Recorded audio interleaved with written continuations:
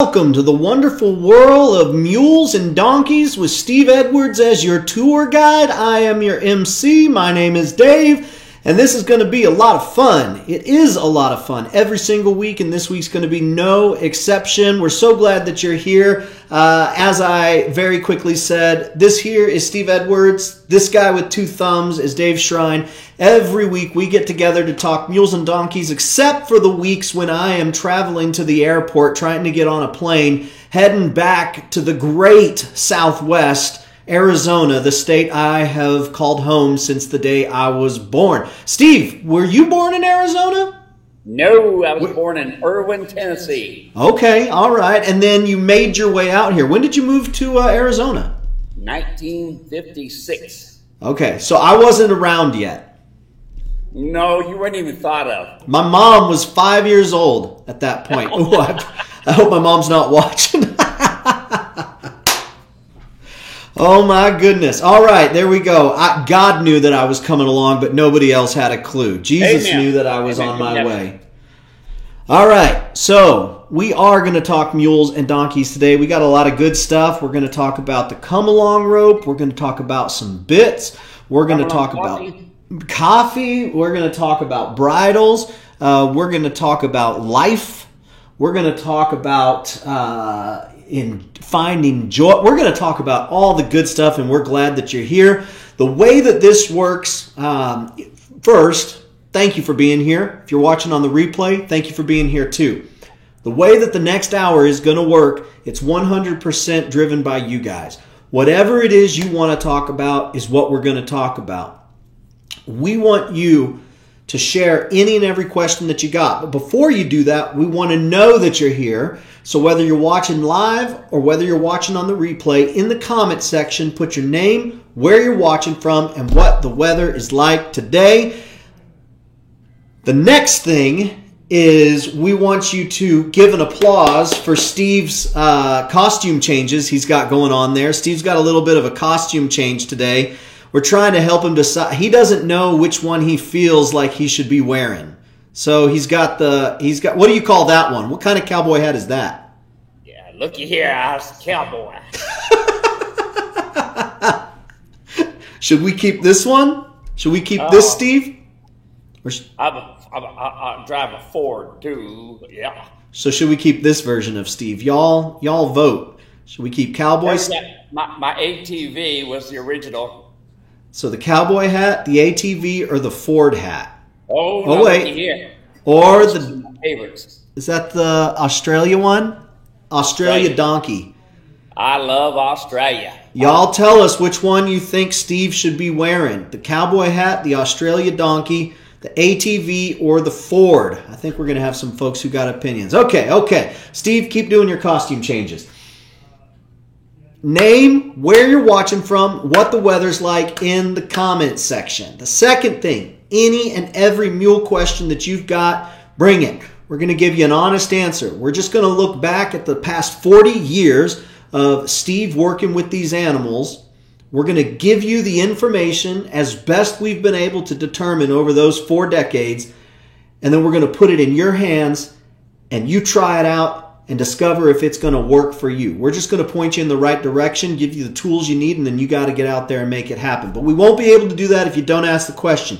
So ask your questions. And the third thing, this is the only thing that we really ask you do as a benefit to us, is that you share the broadcast. So if you're on YouTube, click the like button, click that thumb and subscribe to the channel. That lets YouTube know that this is worth recommending to other equine folks. And if you're on Facebook, the way that you do that is you click the like button, and then you can either click the share button or tag a friend or family member in the comment section. So with that, we're going to hop in, and we're going to say hello to our friends who are hanging out with us so far, and then we'll get into some questions. We got Polly watching from Barnesville, Minnesota. We have warmed up to -5 today. Nice to see your bright, smiling faces. We'll give you a bright, smiling face there, Polly. It's good to be back. Faye is coming to us live from down under Queensland, Australia. We've got Debbie watching from Parker, Rockport, Texas. Debbie Hirsch Parker, Rockport, Texas, 70 degrees so far. We've got Ron in Virginia watching from Berg Hill, Ohio. Raining and waiting on the snow. We've got Sandy saying the Ford hat. So we got one vote for Ford. Debbie says, this guy is funny and such a bright star. There we go. She says the Australian donkey hat. Ron and Virginia say the ATV hat. So we've got one vote for all of them. Now Faye says Australia. So that's 2 votes for Australia. Herschel is watching. 15 cold, 20-mile wind, 15 inches of snow from Kingdom of Callaway, Missouri. Good grief. That is a lot of snow. Jackie from Placitas, New Mexico. Currently 27 degrees and snowing. Yeah, she says. Bob is watching. Bob Hosing here. Northeast Nebraska, 16 degrees and headed to 4 below tonight. My goodness, at least it's not 5 below. Laura is watching from Tennessee. Rained all day, and it may soon turn to ice. Sherman Johnson Taxidermy watching here. David Pengelly says, many prayers needed for my mule, Missy. Steve, you want to give us an update real quick on Missy? Yes, that's a sad situation. Dave Pengelly, he's become a mule man, and he's had some nice mules. And here's the thing. He got this one really nice mule. Been there, done that kind of a mule, only because Dave spent some time with the mule. Wasn't that good when he got it, but it was okay. Well, here's the deal. The mule all of a sudden started coughing up blood and blood coming out the nose. So he took it to a high-end, top of the best veterinarian, and they're doing all kinds of tests. Have no idea what's going on. He called me and asked me, and I said, well, if it was a human, I'd say if they coughed a lot, they popped a blood vessel, but this mule keeps pushing out the blood. So I don't know, folks. It's tough, but if you would ask the Lord to bless those doctors and those veterinarians and this sort of thing with wisdom, I think David would appreciate it, and I know the good Lord would like to visit with him. Yep, absolutely. Thanks for that update, David. Thanks so much for sharing, so that we can be in this thing together. Appreciate that. Jack is watching from Johannesburg, 15 degrees and windy. Let's get some comments here from Rip, our friend in up there a little bit northeast Arizona. Hi guys, I put my mule rider martingale to work the other day. As I was about to unload from the passenger seat, big old mule decided that the boulder she's seen 1,000 times was worthy of a flight. I picked up on her ears and head movements and decided it best to reload myself into the driver's seat just as she did a 180. We went a few yards in high gear as I gathered myself up and thought, what would Steve be saying right about now? Take her shoulder away, and saw her mouth in two. I got her stopped straight just before we were jumping off the mountain, went back and looked, and sure enough, Rock was still there. Have you talked to Rip about this yet, Steve? No, that's a new one on me. You know, folks, I want to share something with you. Ain't no such thing as a been there, done that mule. And I was just kind of fooling with you when I was talking about Dave's mule. Great disposition and things like this. But now here's a cowboy we're talking to right now, Rip. And Rip is works a ranch up north here. And he's got a mule that seems to want to find monsters behind every rock. Folks, why is that?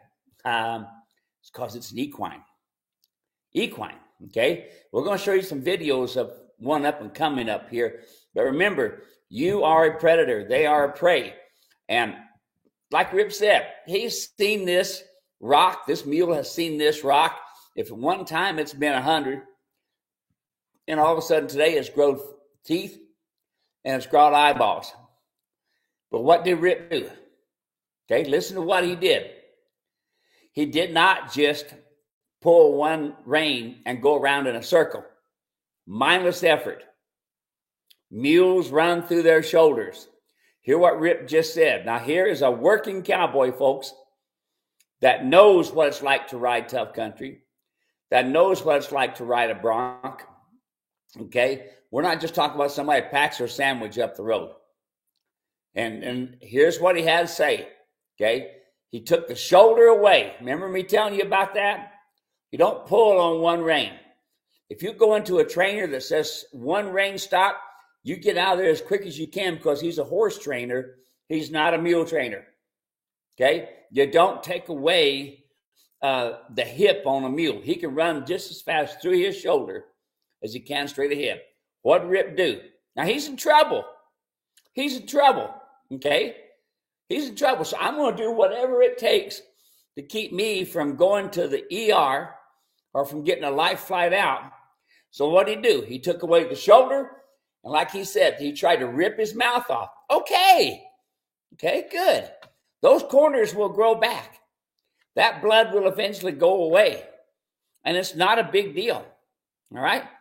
But let's get that mule stopped. Here is a mule that he has been punching cows on, been up and down in mountains, tough country.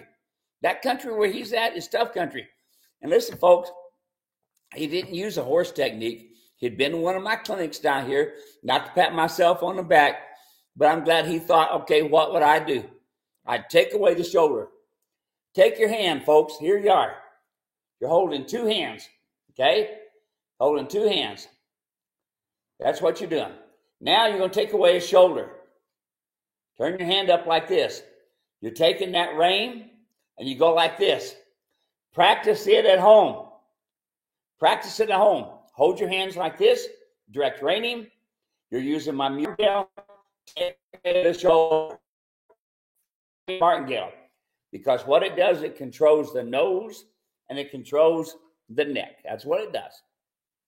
Because here's what they do. They'll stick their nose out. They'll throw their head up in the air. They'll tighten all five major neck muscles, and they got you. Do you hear this, folks? That's what they do because the good Lord put that into their mind. Flight and fright. The only way you can control them is to take away what's natural, and that's take away that shoulder. Practice it at home. Okay? Practice it at home. Turn your wrist up. Take away the right shoulder. Back to direct reining position. Turn your wrist up. Take away the left shoulder. Now, how do you know you're taking away the shoulder? Wait. Wait. Wait. When that animal finally either drops his head or moves off to the left, okay, off to the right, I mean, then we let go. Now we take the other shoulder. We take it away. We hold it and we wait. And we wait. This is so important, folks. Mega important. Okay? Don't do this stuff of disengaging hindquarters and doing lateral flexions. When you do lateral flexions, where you bend the head around the right and left, all you're doing is strengthening the muscles in that neck. The mule already knows how to get away from you. You got to fix it. Okay, Dave, back to you, buddy. I'm going to have me some Come Along coffee. Drink some of that Come Along coffee right there. We're hopping back in, making sure we say hello to everyone. David says, thanks, guys. David O'Brien's here. East Texas, 36 and under severe winter weather watch. Stay safe, and I hope your power stays. Let's see here. Ron in Virginia say praying to David Pengelly. We've got James here. Holden. Hello from Holden, Missouri. It's cold. I'll take your word for it. Lamar is watching. Good to have you here, Lamar. I feel like I haven't seen you in a couple weeks. Hey, guys, missed you last week. Colder than heck here. 15 miles per hour, 19 degrees.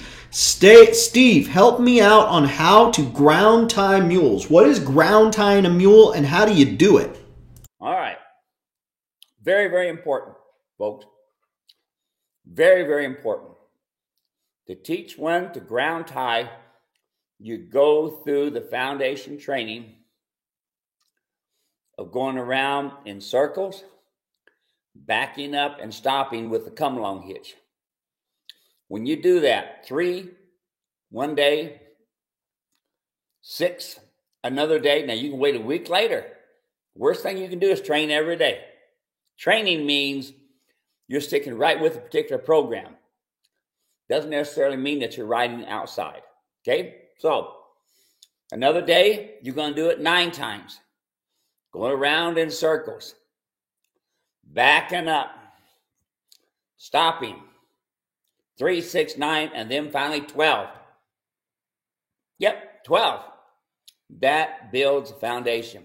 There's your foundation. Now that the mule now has respect, the mule only wants to move, and donkeys too. They only want to move when you pick up the bridle. When you pick up the come-along rope.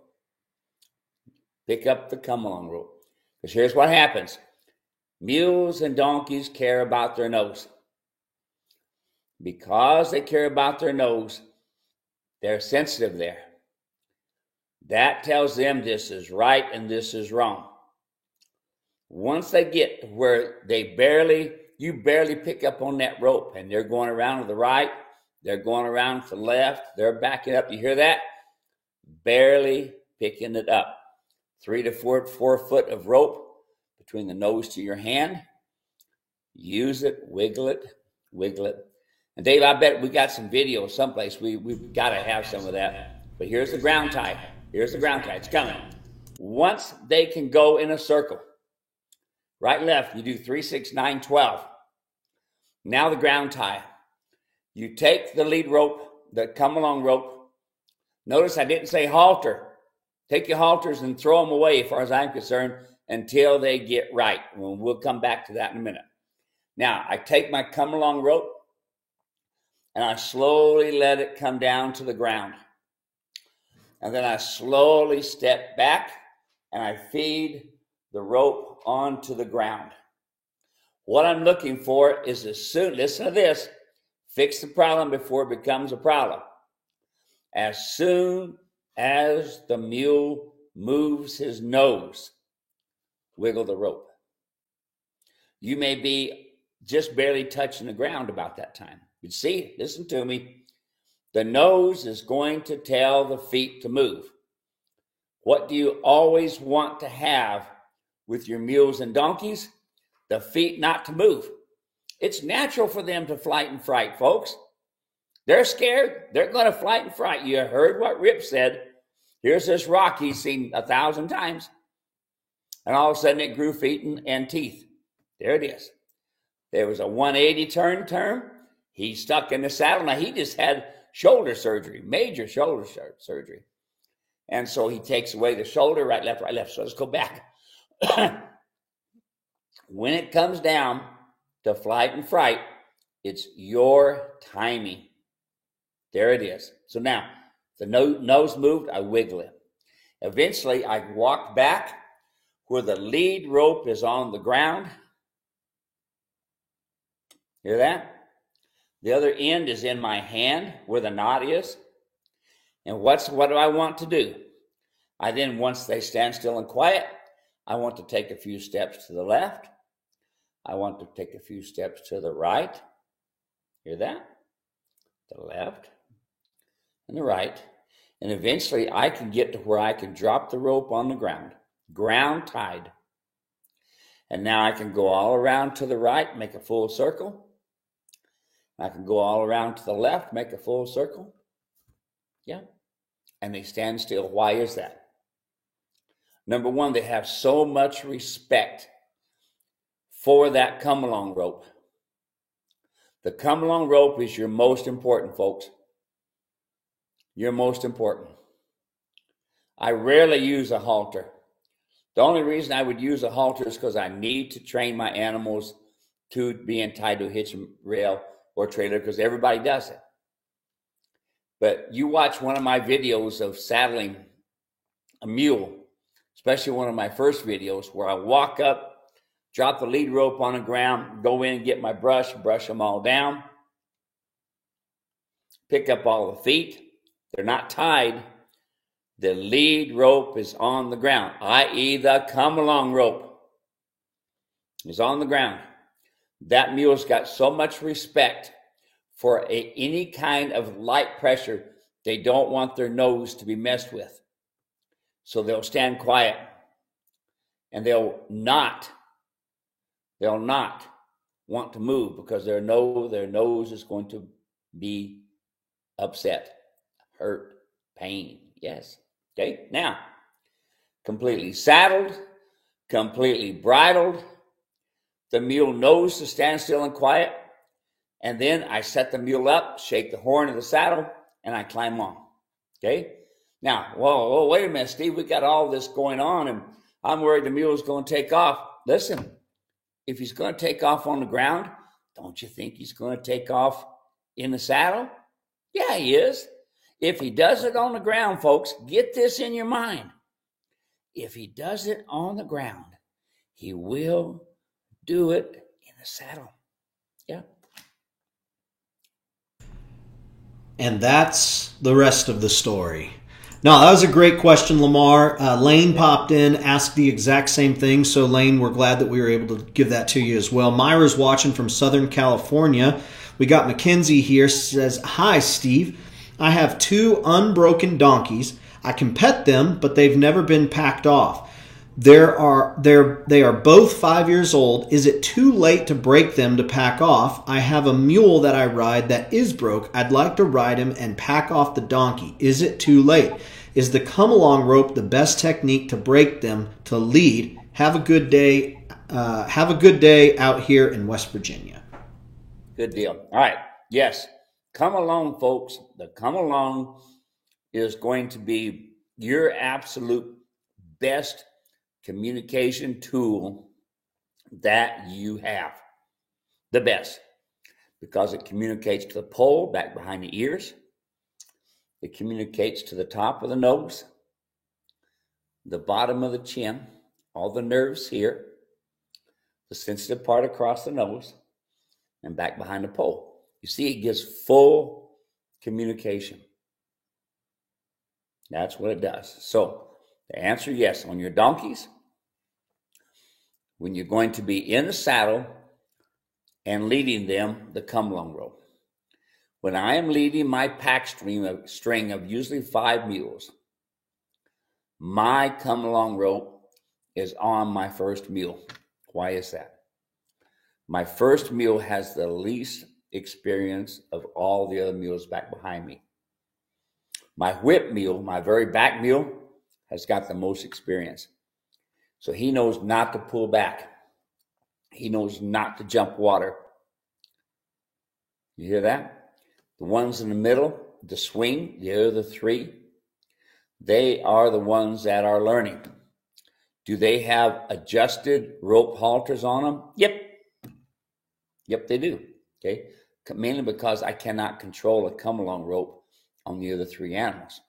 But by the time they become swing animals, middle animals, by the time they come swing, they are well on their way to listening to that lead rope.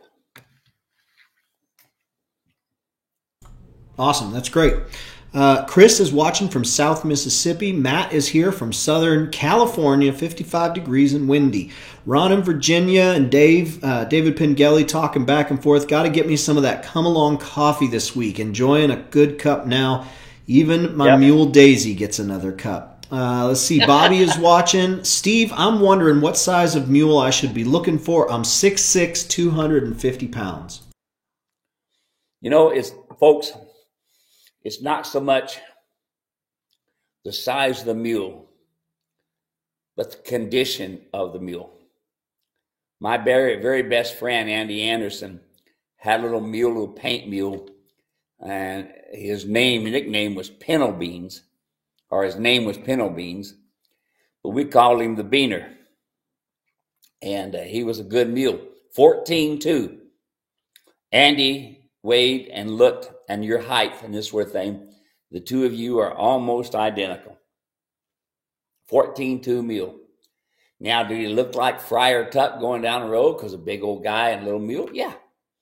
But you know what? That mule packed him for 15 years. Why is that? Because of conditioning. Conditioning. The tendons on a 12-hand mule, on a small donkey, are the same as on a 17-hand draft mule. Tendons. That's the big tendon that goes along the back of the leg, on the front legs and on the back legs. That's a big tendon. It's about that big around roughly. And of course, on your donkeys and your horses and this sort of thing, your smaller ones, they're about the same size as my pointer finger. Okay, that tendon can easily get like a sprained ankle, bowed tendon, upper bow, middle bow, lower bow. And how can that happen? Sometimes too much weight, sometimes catching a rock just wrong and twisting it. Most of the time, it's conditioning. The mule, the donkey, I've not been exercised enough to handle the weight. Remember, these animals were never meant for us to sit on their back. Never were. Okay? But some very hardy soul one day decided to climb on and see what happened, and there you are. You know. And so here's what I've got to tell you. Conditioning. That big of a feller, I want you all to remember this. This is really important. When we're talking standards, international standards, 200 pounds is maximum on any mule or donkey. Maximum. Yeah, industrial standards. You go to the Grand Canyon, you weigh 201 pounds, you cannot ride their mules. Yep, that's what they figure. When we packed freight there, we could not pack over 200 pounds. It's good for them. Why is that? Because you can blow a tendon. Yeah, that's one of the biggest things. Just conditioning, folks. Build up them lungs, build up them muscles so that they can handle it. So if I was going to put you on a mule, I would say start looking for a draft mule. Percheron's got a nice mind. Shires are hard to find. Belgians are everywhere. Belgians are everywhere. So get conditioned and enjoy the ride. Awesome. Very good. Great question there, Bobby. Appreciate that. I put a link in the comments section, just FYI, to Steve's video, Mule Saddle Training Course. He spoke about, when he's saddling a mule. So that'll take you through that process. Just wanted to point that out. And Steve, believe it or not, we're almost halfway through the hour. We get together for 60 minutes. I can't believe we're almost halfway through the hour already. It's going by so quick. So if you're joining us for the very first time, welcome. My name's Dave. This is Steve. We get together every week, talk about mules and donkeys, answer as many questions as we can. 3 things that we ask of you. Number 1, put your name, where you're watching from, and what the weather's like in the comment section. We want to say hello. Number 2, ask any and every question that you've got about mules or donkeys, and we will get that answered for you. And number 3, that you share the broadcast on YouTube. Just click the like button and subscribe to the channel. If you're on Facebook, go ahead and click the like button and tag a friend or family member in the comment section, or you can click the share button and post it directly to your wall. Let's see here. We've got Ahmed is watching, -10 and lots of snow in northwest North Dakota. Sherman Johnson says, Steve, how long does it take a mule to remember a trail that you take them down? And are they capable of finding their way back to camp? Oh, yeah. Yeah. One time I was up in the Matazelles wilderness. We was hunting bears. And I just left the N&B ranch going up through Pine Creek. And as we was going up, I was riding a fairly new mule, which I just about always riding something new. And we went all the way up that creek. We hunted all day long. And we'd come back literally in the dark. I mean, in the dark. We had no flashlights, no headlights. We never done it back then. We depended on our mule. All of a sudden, my mule stopped. I thought, why are you stopping? And I got to looking really close. I looked down. There was the gate. Yeah, he took me exactly back to that gate. And I can tell you that I have had time and time again, where I've been back in the middle of nowhere, and where that mule knew where home was, i.e. the trailer or the tent or the camper, where they got fed, they return there. You betcha. So, yep, they'll find their way back. That's a great question. Ron in Virginia says, got me some more of that Come Along coffee this week. Even my mule days, he gets another cup. Oh, I think we already got that there. Debbie asked the question, how do we trailer train donkeys? Now, Debbie, Steve is going to provide a couple comments here, but we already went through this process, and you're going to be happy to know that we recorded the whole thing. We've got a video that I tagged you in. It's called Trailer Loading, and it walks you through the entire process. But Steve will give you a couple pointers right here about it. Steve? Well, in general, folks, listen, always keep this in your mind. Do it at home. Do your groundwork, your homework at home. Don't just try to put them in a trailer. Make sure they first respect that come along rope. When you, folks, listen to this. When you barely pick up on that come along rope, barely pick up on it, they should respond immediately. Not just from bumping on them or anything like that. When they get really good and they are respectful, you just pick it up and you lead them. And when you lead them, that lead rope is never tight. It's always loose, a big loop in that lead rope. Why is that? Because the light touch, hear that? The light touch they will respond to. So, trailer loading, that's your end goal. The preparation to get there, you will see in this video, folks. I don't just try to load them. I do the preparation first. I make sure that my mule that I am training to get in the trailer, listen to this. You'll see me doing the groundwork and the preparation. And this day, I only had one hand. My other hand, this one here, I had stuck a knife through that finger. Didn't feel too good. And I had it all wrapped up and you couldn't see it because I had a glove on it. But that in blood after a while. Not good. So you'll see me doing a lot of things because I didn't have both hands to deal with. So do your groundwork first. Get that come along rope. Don't use a halter to train with, folks. Don't do that. Halters should be used minimally.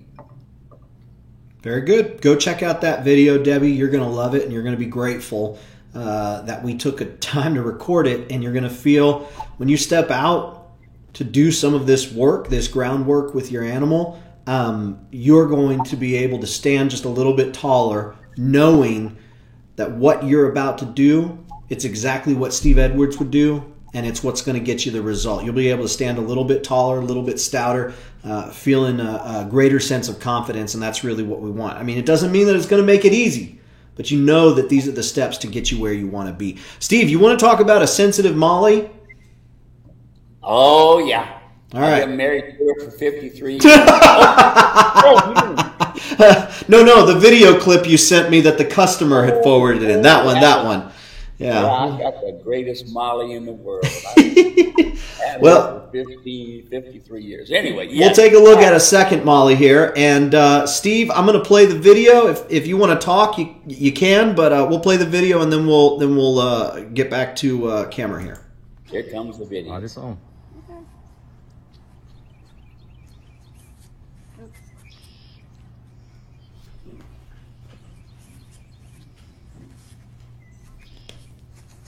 Yeah, folks, look at this. The mule was already warning. Did you see the ears? There's the warning. Did you see the tail ahead of time? This is a gentle mule, folks. This is the kid's mule. This is the one they put their kids on. Notice, rub its ears. It's all good, not a problem, okay? Put the head down. Look how loving. Oh, loving, good deal. Notice the tail is quiet. Notice the tail is quiet. Now the tail got busy. Do you see that? The tail was already saying, remember I told you, ask, tell the man, look at the ears. Look, watch the ears. Watch the ears. That's not a good ear. Okay, it's listening, but it's not good. And look, here we are again. Rubbing the mule all over. Kid's mule, watch the tail. Watch the tail. There was the head, elevated head. As soon as he starts getting past the shoulder, look at the tail. What's the tail saying? I don't like it. You know what it's saying? It's saying, I want to be the boss. Remember I told you about who needs to be the herd leader? First, they're going to ask by pinning their ears. Did you see the ears pin? Then they're going to tell by pinning their ears and switching their tail. Do you see that? Look at it. Watch when it comes time. Right now, look how gentle. Oh, nice mule, Fluffy. Oh, good job, Fluffy. Good for you. Well, good for you. Now watch the ears and watch the tail. Do you see? See that? Ask, tail, what's the demand? Kicking. Hear that? Asking, pinning the ears. Telling, pinning the ears, switching the tail. Demanding, kicking. Now watch it. Watch it there. Watch this first. Watch. Number one. Notice she's got a halter on, and the mule is pretty much walking right through her. Do you see the ears pinned in the tail right there? Ears, tail. See that? Ears, tail. What happens then? Kicking. Remember I told you about who wants to be the herd leader here? That mule. Gentle kid's mule. So I told her, okay, go to the veterinarian and make sure there's no problems. She did. Veterinarian said no problems. They put the saddle on. No problems. But guess what? This mule is saying, you know what? I want to be the boss. This is the right-hand side. Here's the downside of the right-hand side. We do very little on the right-hand side. Very little. Very little. Put the saddle on from the right-hand side. Start your brushing from the right-hand side. But here's the main thing. She should be using the come-along hitch. Now, we're going to show you other video when she gets back to us. You're going to be seeing it. But look how the mule is moving. The mule is pushing her around. The mule is saying to her, I'm going to be the herd leader. Folks, right there's a picture. This is a mule they put their kids on. Okay? Don't use a halter to do your training. Your halter has two main purposes as far as I'm concerned. One for training, when you put them in a surcingle, put them in a round pen to get them to frame themselves up. Because remember, the nose. When you put a properly adjusted rope halter and hook it into the surcingle with baling twine, that teaches the nose to drop and get the nose on a vertical. That's the number one place I would use it. Only because you want to teach the mule to frame himself up from the nose. Secondly, when I have to tie, you hear that? Have to tie. I mean, it's as far as I'm concerned, you don't ever want to do it, but you have to tie. I'm going to tie overnight. Okay, I'm going to do an overhead tie. Okay, my preference is tie a back foot, hobble it to a tree, no bridle or anything like that on them, and let them go. But if I have to tie, I'm going to tie to a high line. I'm going to tie to a hitch and post or the trailer, only because I'm going to have to leave the mule there for several hours. You hear that? But if I'm going to brush them, if I'm going to saddle them, if I'm going to pick up the feet, I'm only going to use the come-along hitch. That's it. That's your ultimate goal. Oh, but Steve, I'm afraid they'll move. All right.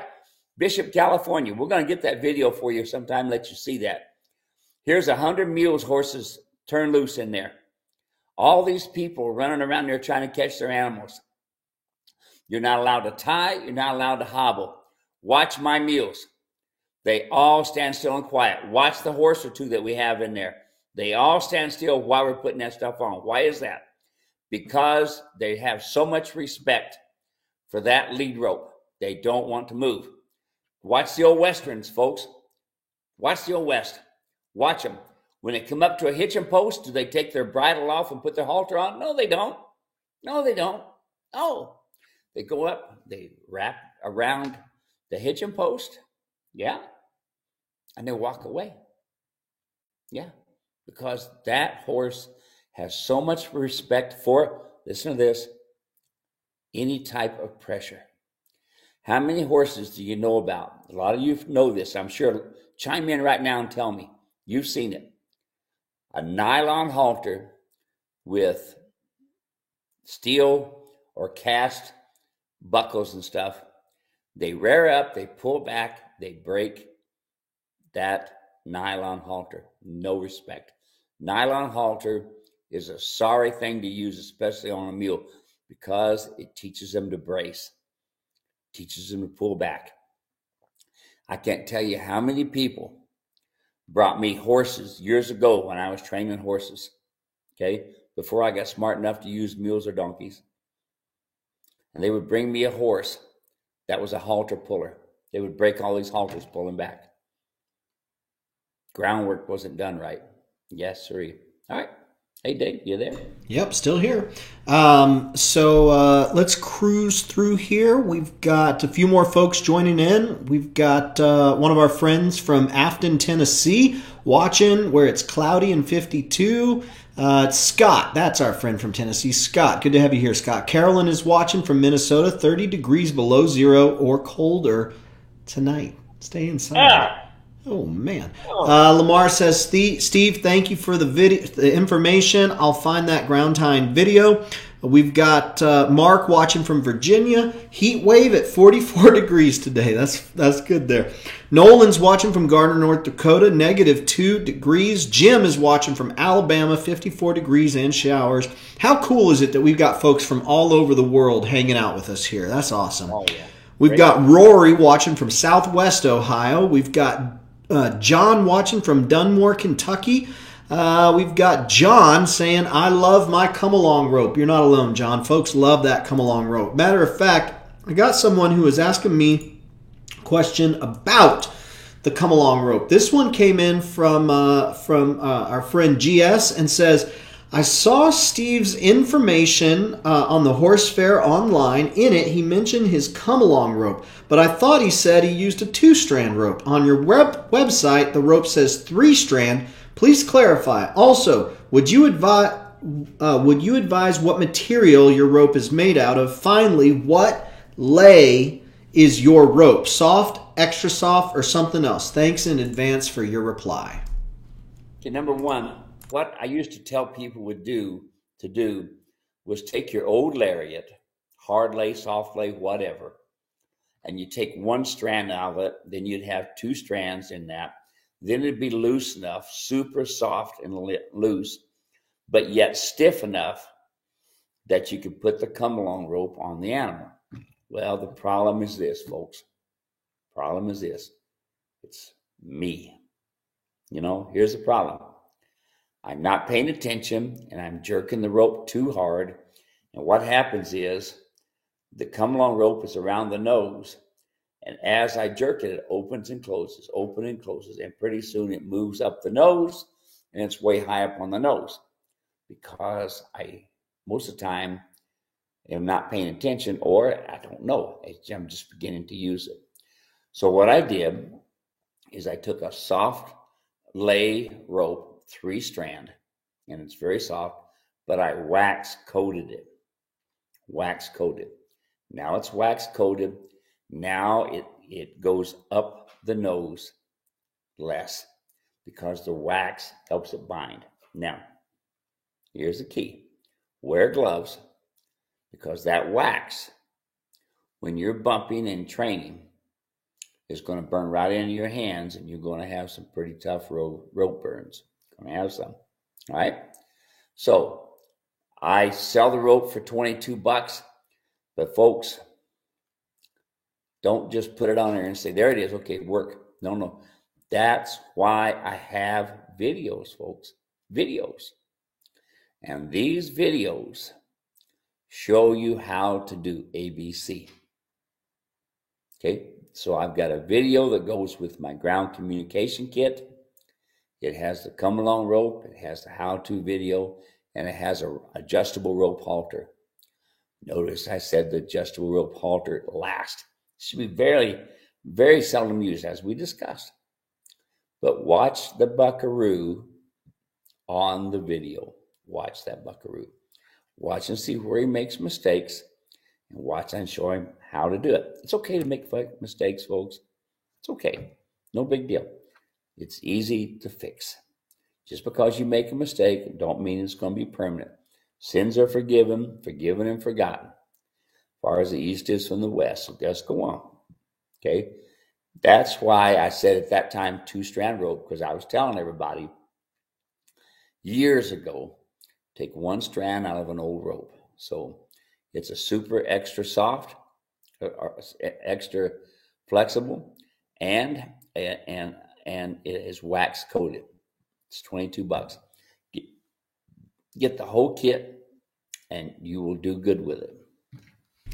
Folks, I put in the comments section a link to the Ground Foundation starting kit. One of the things Steve, very early on, we're over 100 episodes into this thing, but very early on, Steve said, I don't want this to be a promotion for my stuff. I want people to get answers. I want to help folks. I don't want to talk about my stuff unless it's part of the answer. I said, okay. So all of this time, the last 3.5, 4 years, we don't promote Steve's stuff. We will talk about it as it's a part of the answer, except when it comes to the Ground Foundation starting kit. And the reason why is because it really comes down to not just your ability to communicate, but also safety as well. Having that come-along rope right there as your safety mechanism to communicate real quick and to get a hold of the animal's attention and tell them what you want them to do. It really is an amazing tool. And if you go to the website, you'll find that folks have said the same thing. That's not us talking, that's folks. So folks saying it. So we encourage you to buy the entire kit because it gives you the Ground Foundation tools of come along rope and the problem mule video. And then for when you need a rope halter, you have a rope halter there that is fully adjustable. So you can position it the way that it needs to go. Not these nylon, not these unadjustable halters. You want something that can be adjusted to your animal's nose, your animal's face to communicate where it needs to. So that's the only time we ever say you need to go purchase this. It's when it comes to the Ground Foundation starting kit. All right, let's keep going on here.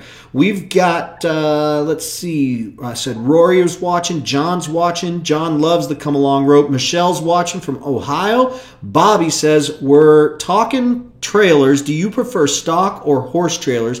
And do you tie them in trailer if you have multiple animals? Okay, so for me, for the type of work that I do is an open stock trailer.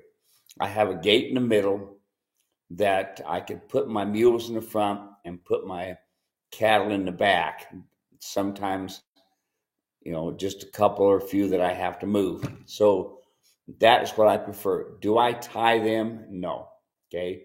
I should say that. On a rare occasion do I tie. If I'm going to be putting several animals in my trailer and say, for instance, a 3 slant, yeah, I'm going to take the halter off. I'm going to put the animal in there. I'm going to close the slant, and I'm going to close them in there where they can't turn around. Now, if you've ever had an animal fall down in a trailer and try to get them up, it's a good way for you to get yourself hurt, really serious. So you can put 3 animals in a 3 slant trailer. With my stock trailer, if the animals don't know each other, then I will tie them off, nose, going right down through the stock trailer. If I'm going long distance, where I'm going to be traveling 3-4 hours, I will tie my first mule facing forward, my second mule facing back, my third mule facing forward, my second mule facing back. Why is that? Because I want my weight to counterbalance the trailer so that I don't have all of my weight in one place. Now, I can tell you that I have gone from Arizona to Montana with the saddle on their back, and they will travel all the way to Montana. When I would stop overnight, go into a hotel, I'd pull the saddle off. I'd put some water down for them, and it's usually maybe 4 animals at the most. We used to pack freight up there and go hunting. And they would spend the night in the trailer. I never took them out, folks. Don't take them out and exercise them. Don't do that. I can tell you some horror stories of people who stopped in a parking lot and decided to take their mules out, and then they got loose, or it took them several hours to get back in. They don't need that. Folks, don't put your human mind into an equine. Don't do that. Okay. So there you are, David. Very good. All right, let's keep cruising here. We got about 10 minutes left here. Bobby said, or that was Bobby. Carolyn says, my mule gave me a little nip today, so I would continue petting her. I had stopped for a second to pet my horse. I ignored the nip and then pet her a little. What should I have done? Kick him in the shin. Okay? Use your boots, and they're too close to you. Folks, if they can touch you, they're too close. They should be arm's distance away. Here's the rule of thumb. I, the herd leader, can go into your space, my herd of 1 or 2, whatever it is, okay? Herd of 1. I can come into your space, i.e. the shoulder, not the nose, but you cannot come into my space. When they come into my space, they're starting to say, I am going to be the herd leader. Nip him, it wasn't because you were petting that other horse. No. What that mule is trying to do is tell you that you are the bottom of the pecking order. And listen, it's going to be like that picture you just saw of the biting, kicking mule. That's just the beginning, folks. The getting in your space is just the beginning, where they're going to try to be the herd leader. That's what they do. They can't tell you go to the right, go to the left. But they can step into your country and they can move you. Oh, yes. There you go. They'll tell you where they want you to go if you don't tell them where you want them to go. That's right. It felt a little bit weird for me when I was around just a whole bunch of mules at Andrada, and they were all getting up into my space. It felt awkward for me to kick up against their shin. It felt like I was being mean to them. It felt like I was, not being nice. But the truth of the matter is, Steve, is like very easily I could have been knocked over and trampled on. There were that many animals that close to me, all interested in, I don't know what their mentality was, but they weren't being aggressive. They're just huge. Like they're big, way bigger than me.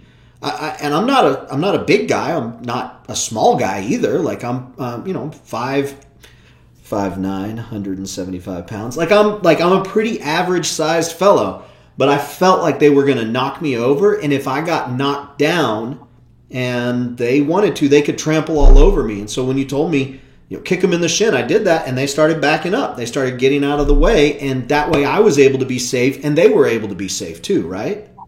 That's right. You see, you got to remember, folks, you are a predator in an equine world, And that little bit, them mules still wanted to be petted, didn't they?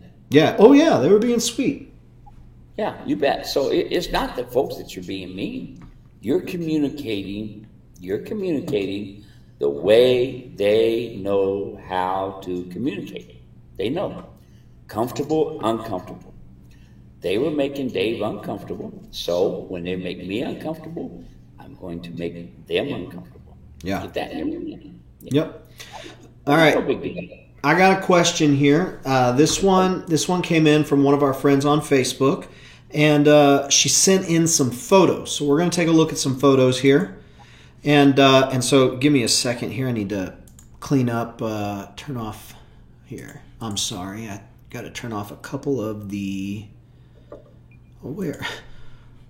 All of a sudden, I cannot find the control that I need. Well, you could see it right there. I'll read, and then I'll find the control. It says, I have your Queen Valley Mule Ranch saddle. My mule is pinning his ears back and moving away from me every time I saddle him. I ride him lots of miles in the hills, and hills on him seems okay. when I'm on his back, a little slow going down hills, I feel my saddle isn't fitting him right and causing him to move away and move around. When I saddle, he's getting a few white spots. Here are pictures. I can send more if needed. So here we go. All right.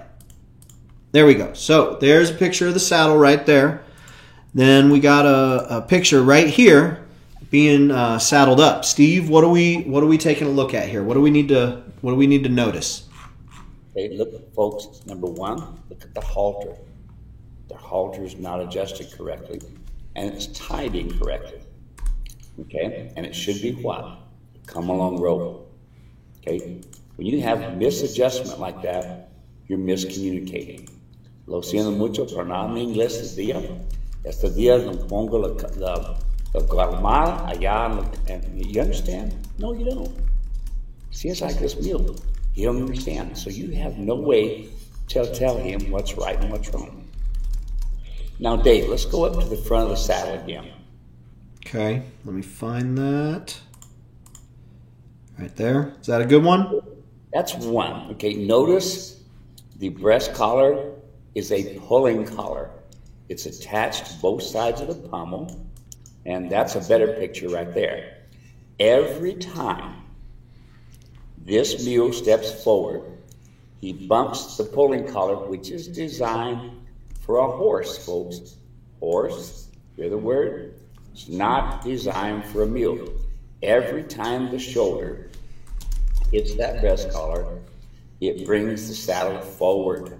Yes, it does. Okay? So, you've got a piece of equipment on that saddle that's making the saddle incorrect, and the saddle is too far forward. Notice in the picture to the right, I guess it's to your right, where it shows the side view of the saddle. The vertical picture there? Yes. Notice that the saddle is setting on top of the scapula. That's where it is. It's too far forward. Why is that? That type of a saddle pad allows the saddle to move around a lot. A lot.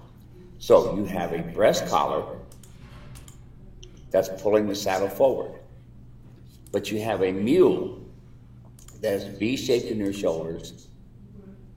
Hear that? V-shaped in their shoulders. Horses are A-shaped in their shoulders, so what does the saddle want to do? Go forward. A wither makes nothing to do with a mule.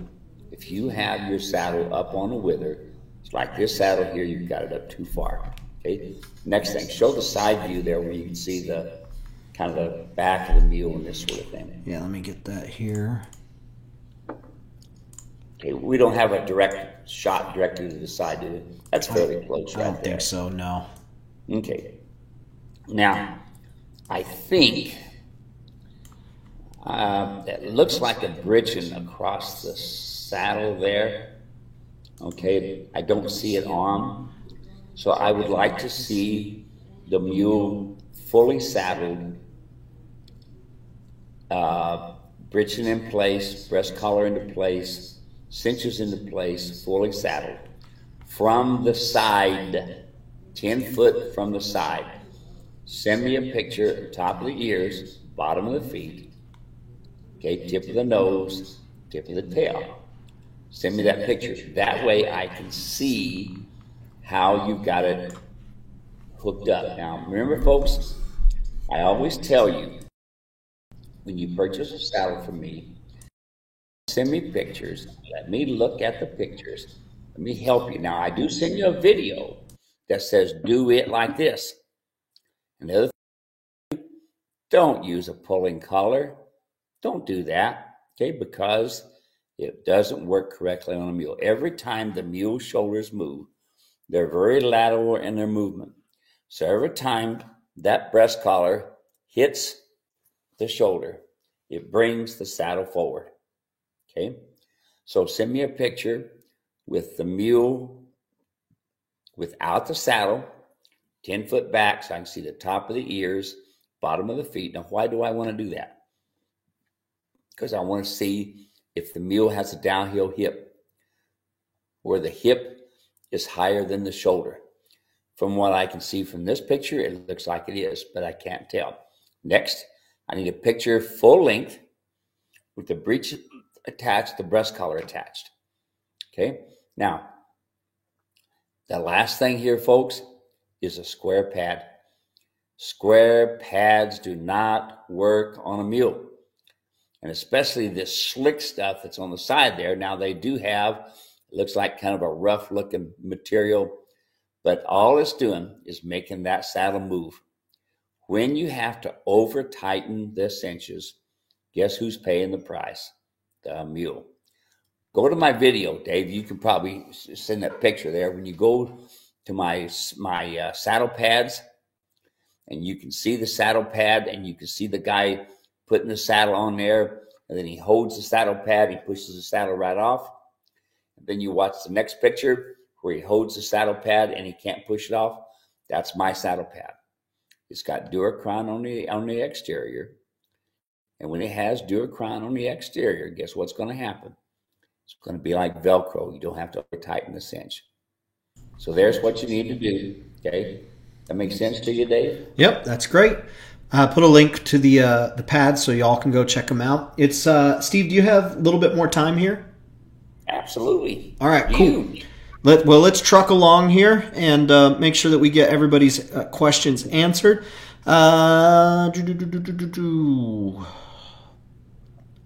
Michelle says, "I have two answers in my head, Steve. What would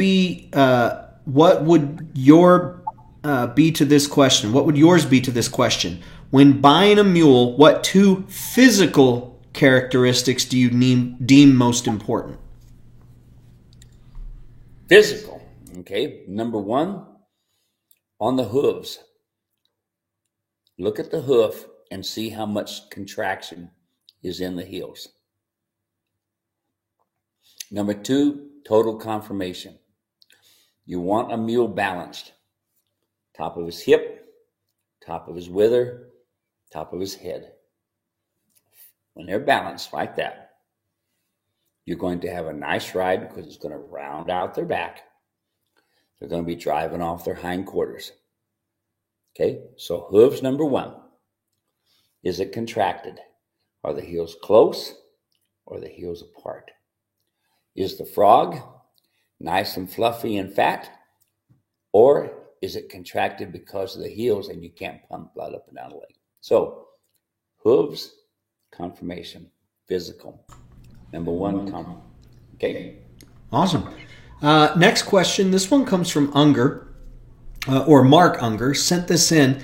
I tried to find a past episode on wintertime riding. I have too many cattle and AG-related duties that make me busier in the winter, and I don't have time to invest in my mules. I have a place I can take them to be ridden during this time and would like to do so as not to lose any ground with them. My concern is that I've bonded and the bond I've created could suffer in my absence. Would it be better for them to be kept active over this time without much involvement from me, or hold off till spring, 2.5 more months, and keep on rocking? If you've already covered this, then please direct me to the proper place. I appreciate your time and consideration. Mark.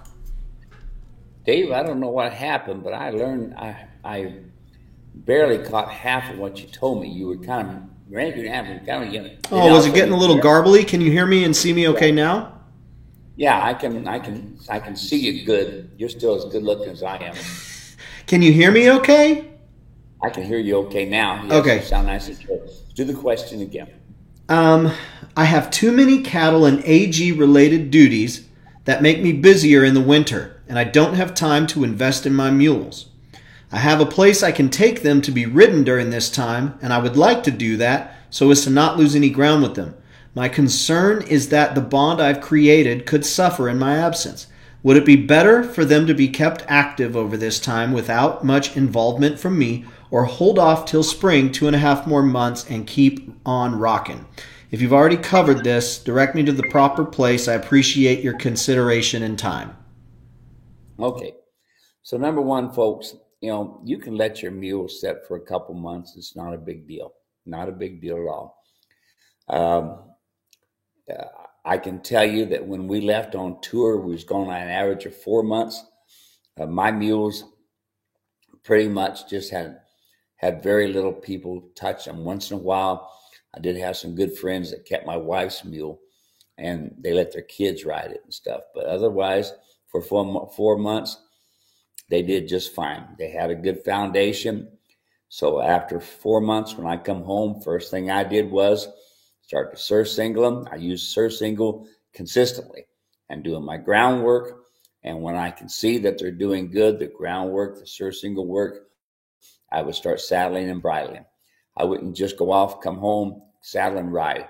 I would do my groundwork, my surcingle work first, and don't worry about it. They'll be, if they're trained right, they'll be the same if you left them for an hour or if you left them for 4 months. Awesome. Great question. Next question. This one comes from Lydia. Says, should the mule be separated from horses? Does the mule need regular exercise? Of course, regular exercise is great. But here's the thing. Do I separate them from horses? Yes. Each mule needs to have its own stall, just like each horse has to have its own stall. Why is that? Number one, each mule, each horse has its own dietary needs. That's what it needs, okay? So you want to watch the water intake. So you can see how much water they're drinking. You can see their road apples on the ground and see how healthy your mule is. And the urine is at the same. And then you can feed them accordingly and not overfeed them or underfeed them. You will learn how much feed they'll need according to how much you're using them. All right? Really, really important. So, do they need exercise? Yeah, we all need exercise. Can we get fat by sitting around? Yes, we can. But that's part of life, older we get. So there you are, Dave.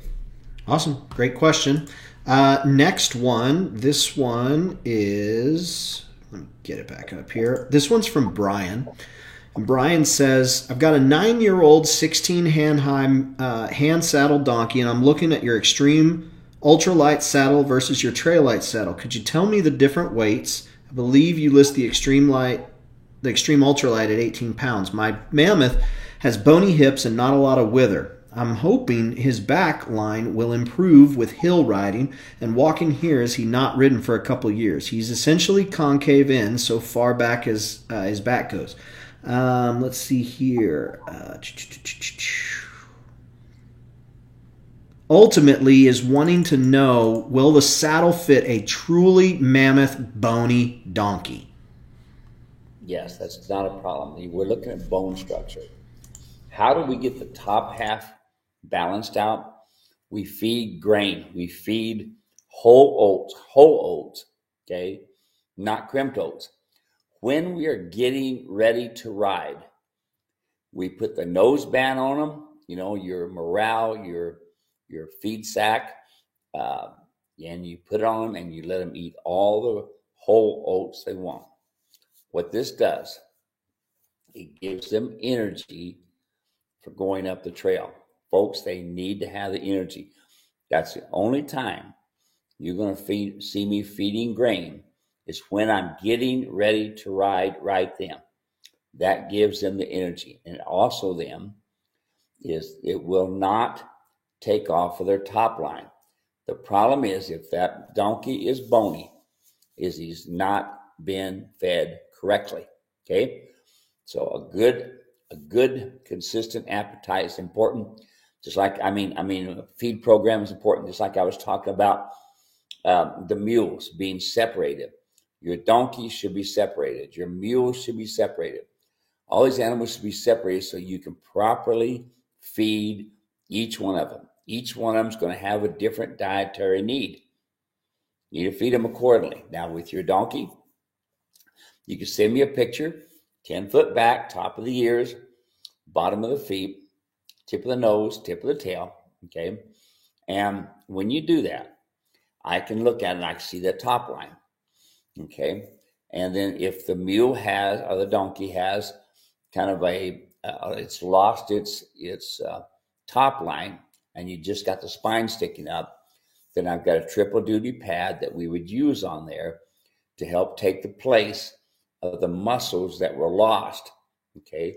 And here's what happens is, since they don't get fed properly and they get ridden a lot, they lose that top line. That muscle starts atrophying and starts going down. You got the spine sticking up.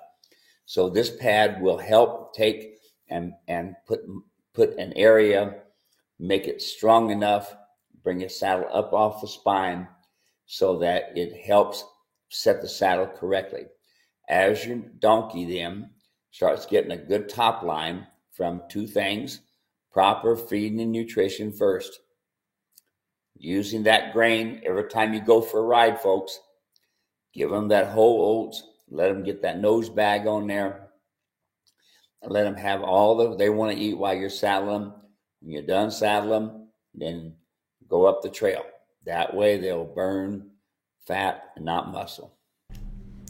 Next question. This one is from Daniel. Says, how do I make my mule less jumpy? He's a butt mule. He's pretty good, but he is easily scared and tends to see monsters. Also, he isn't difficult to catch if I corner him in the corral, but if he gets loose on the trail, he is very difficult to catch again. How can I fix this? I have many more questions, but we'll save them for another time as to not bombard you.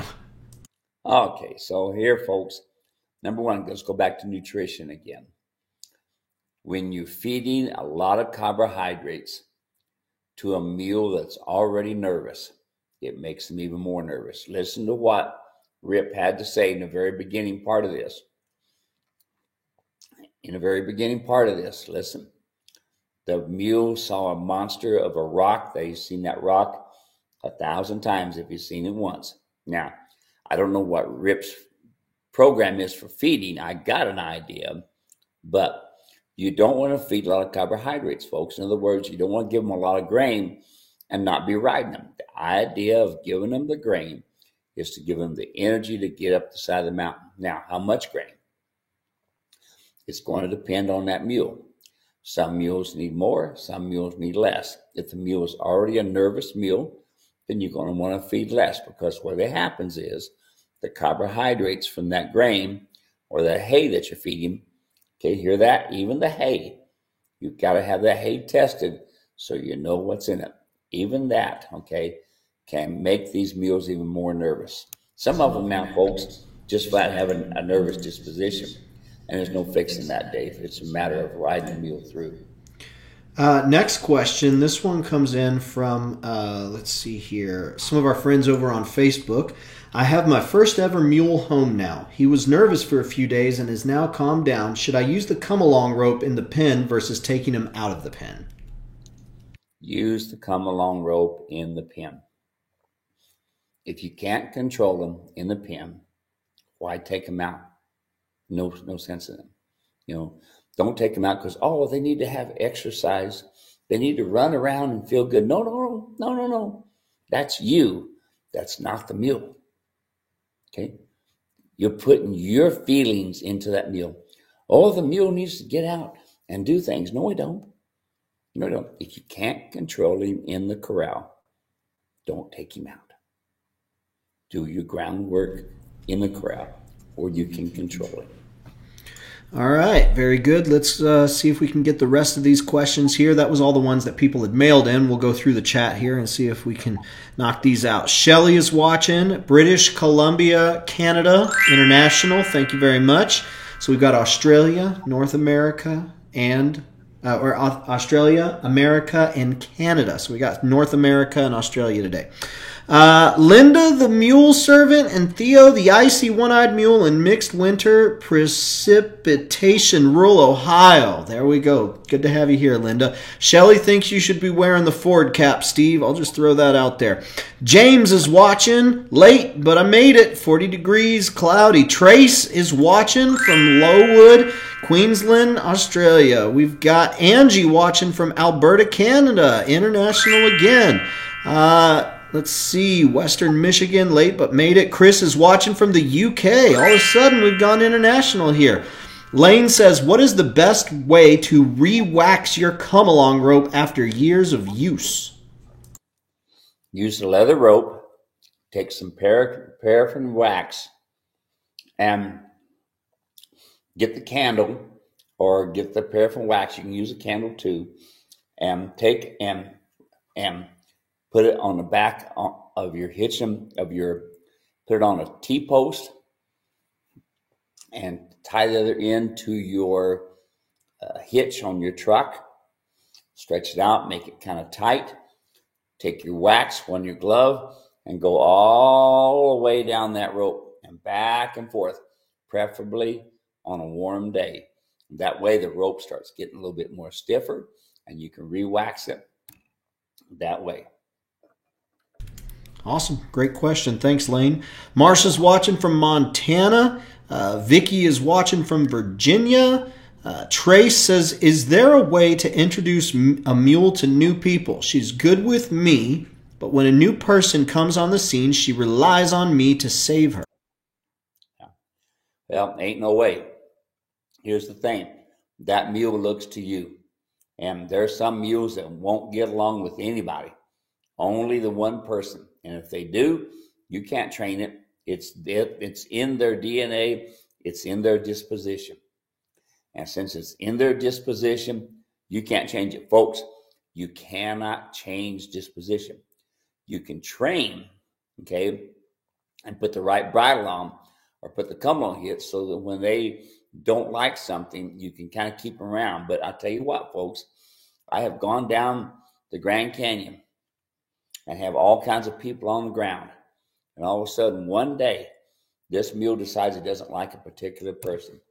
And that's no place to have a mule take off on you in the Grand Canyon. So you can't train it in, folks. You can't fix that problem.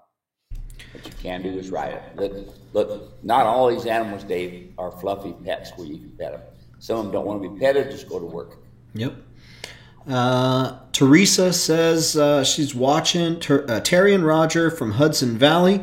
Tony's watching from Washington. Roger from New York. Julie says our little mule is doing great. How do you get them in a good lope when riding them after you have jogged them? What is a lope, Steve? A lope is a nice, easy, fast moving pace to where they're going like in the right lead or the left lead. Okay.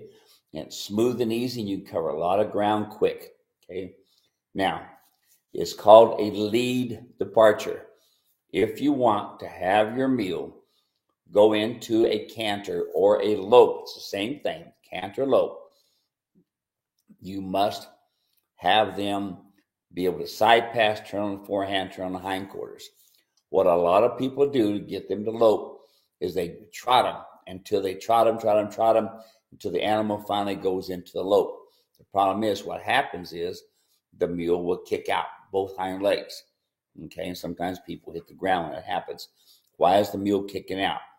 Because, listen, it's my fault, your fault, because they are not physically and mentally ready to go into that canter or lope. So how do we do a lead departure? We take our right rein. We pick up on the right rein. Remember I showed you this? It takes away the shoulder. That gets the right leg to go out, going into a right lead. We use our left leg and we bump with our calf. That makes them go into the right lead and they'll go into a nice little canter. But it's imperative you do your groundwork first. Make sure they side pass, turn on the forehand, turn on the hindquarters. Cantering needs to be with a proper lead departure.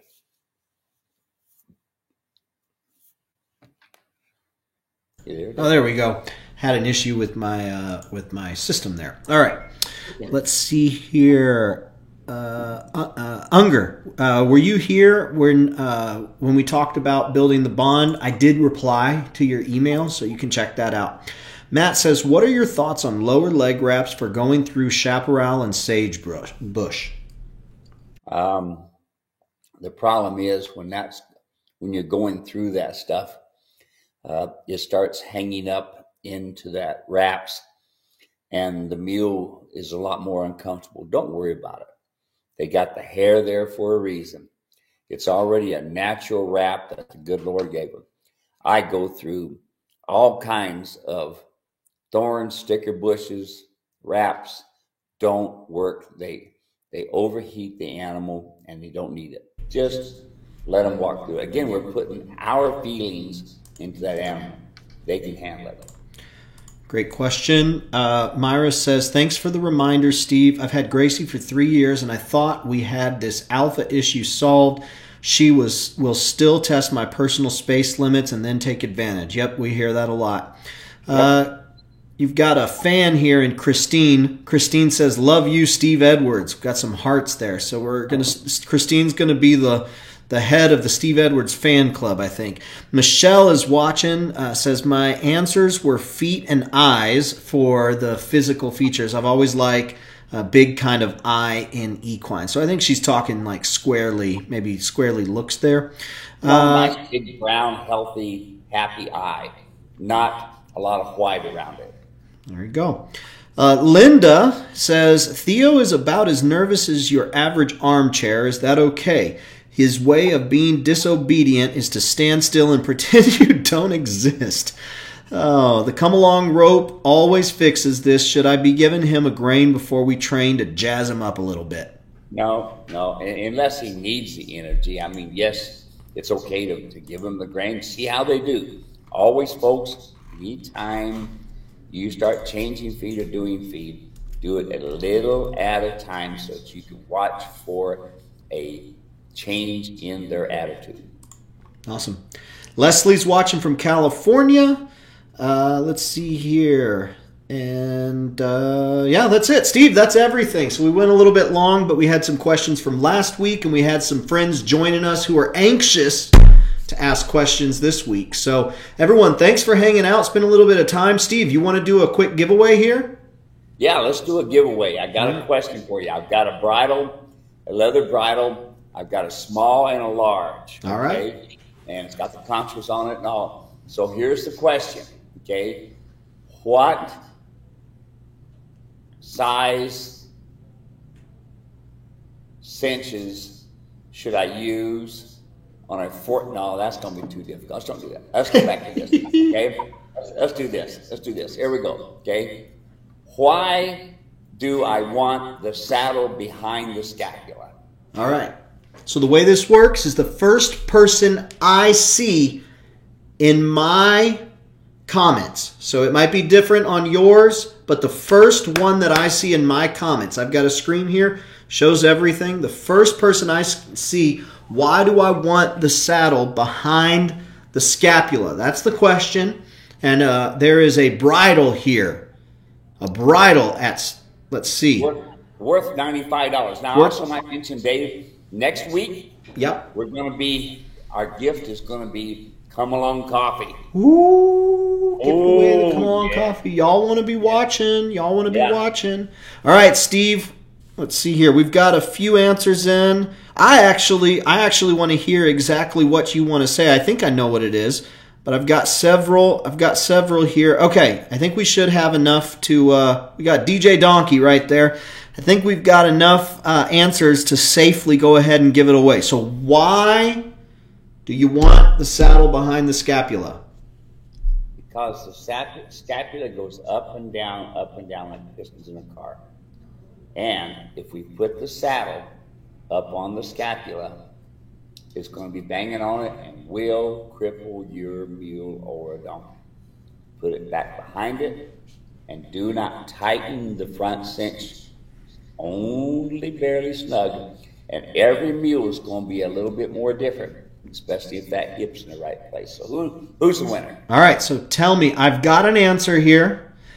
Okay. I think we can give this to Bob, but will you accept the answer so the shoulder doesn't get bumped? Good one. All right. Hey, Bob, you won yourself a bridle. You got two sizes. You got regular and you got large.